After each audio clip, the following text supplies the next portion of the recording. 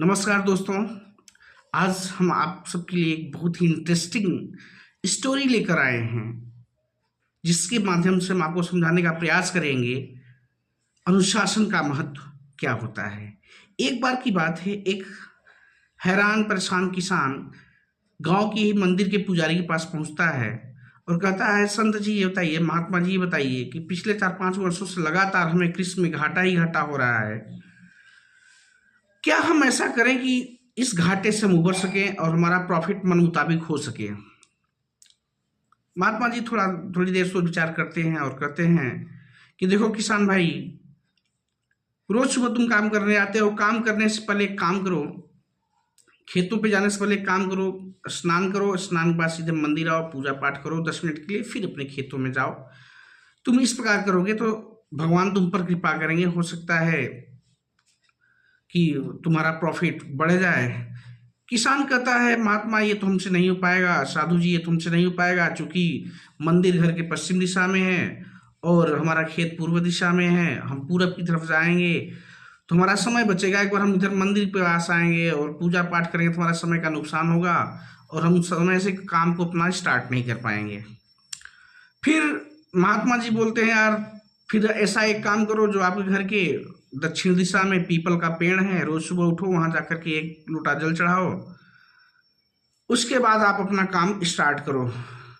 किसान बोलता है, ये भी हमसे नहीं हो पाएगा, क्योंकि हम जब तक पीपल के पेड़ के पास जाएंगे, जल चढ़ाएंगे, तब तक हम अपना कुछ न कुछ काम कर चुके होंगे। महात्मा जी परेशान, बोले यार ये तो फिर हम क्या बताएं तुम्हें सोल्यूशन। फिर थोड़ी देर सोच विचार करने के बाद महात्मा जी कहते हैं कि ऐसा बताओ कि आपके खेतों के पास में और कौन कौन लोग रहते हैं। तो किसान बताता है कि मेरे खेत के पास में ही मेरे मित्र का भी खेत है और रोज सुबह वो भी, हम समय से ही पहुंच जाते हैं, अपना अपना खेतों में काम करते हैं। तो महात्मा जी ने एक सुझाव दिया कि कल से आप ध्यान रखिएगा, दोपहर के समय जब आप भोजन करते हो तो भोजन करने से जस्ट पहले अपने किसान मित्र से जाकर के 2 मिनट मिल के आना, 1 मिनट या उसको केवल देख कर चले आना, उसके बाद अन्न ग्रहण करना। ये नियम तुम फॉलो करो। किसान बोला, इसमें कौन सी बड़ी बात है, वो भी हमारे खेतों के जस्ट बगल में ही रहता है, अपने खेतों में, तो खाना खाने से पहले जाकर के 2 मिनट लगेगा, उसको देखकर आ जाएंगे। अगले दिन से किसान यही प्रोसेस स्टार्ट करता है, धीरे धीरे समय बीतता है।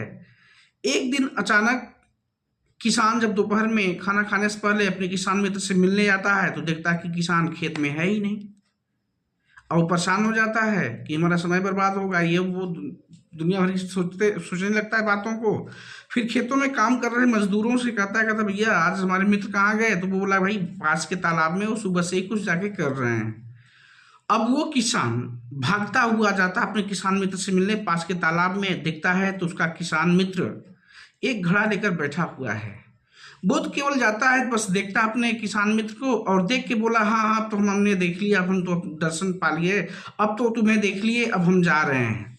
इतना कह के वह तुरंत वापस भागता आता है, खाना खाने बैठ जाता है। दरअसल उसका किसान मित्र क्या कर रहा होता है, उसकी स्टोरी क्या होती है। उसके किसान मित्र को रात में ही सपना आता है कि पास के तालाब में एक सोने का घड़ा है और जो उसको पाएगा वो धन धान्य हो जाएगा, अमीर हो जाएगा। उसी चक्कर में वो पहुंचता है तालाब के पास और जैसे ही देखता है, जहां जैसा सपना देखा था वो पहुंचता है और उस घड़े को पाता है, और घड़े में ढेर सारी सोने की मुद्राएं होती हैं, उन्हीं को वो काउंट कर रहा होता है, गिन रहा होता है। तो अब ये वो नहीं समझ पाता कि मेरा किसान मित्र क्या करने आया था। वो किसान मित्र जैसे पहुंचता है, अपने दोस्त को देखता है, उसने बस इतना सब बोला, हाँ हमने तो देख लिया, हमारा काम हो गया, अब हम जा रहे हैं। इतना बोल के चला जाता है। अब उसका किसान मित्र परेशान हो जाता है, अरे बाप रे बाप, हमने सोचा था कि अब तो हम अमीर बन गए, हमें स्वर्ण की मुद्राएं मिल गई पूरा घड़ा भर के, अब तो हम सबसे अमीर गांव में हो जाएंगे। अब ये किसान मित्र मेरा देख लिया, गांव में जाकर के सबको बता देगा और सब गड़बड़ हो जाएगी। वो किसान मित्र उसके पीछे भागता हुआ आता, भाई भाई भाई रुको रुको रुको सुनो।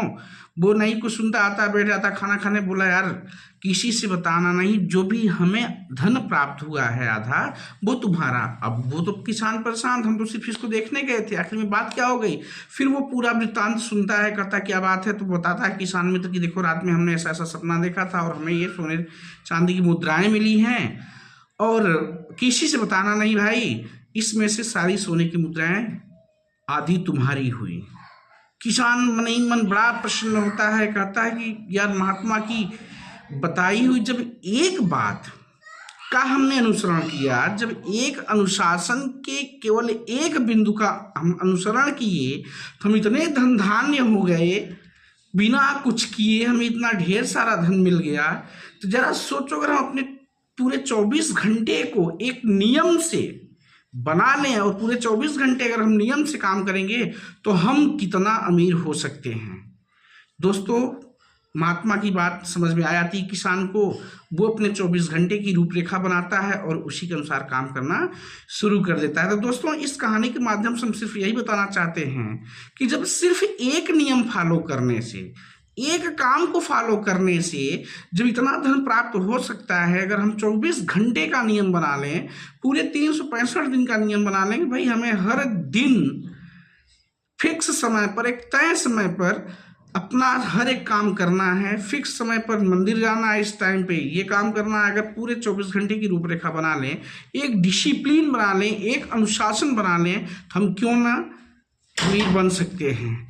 तो दोस्तों, धन्यवाद। आज के लिए इतना ही, मिलते हैं अपने नेक्स्ट वीडियो में, तब तक के लिए नमस्कार।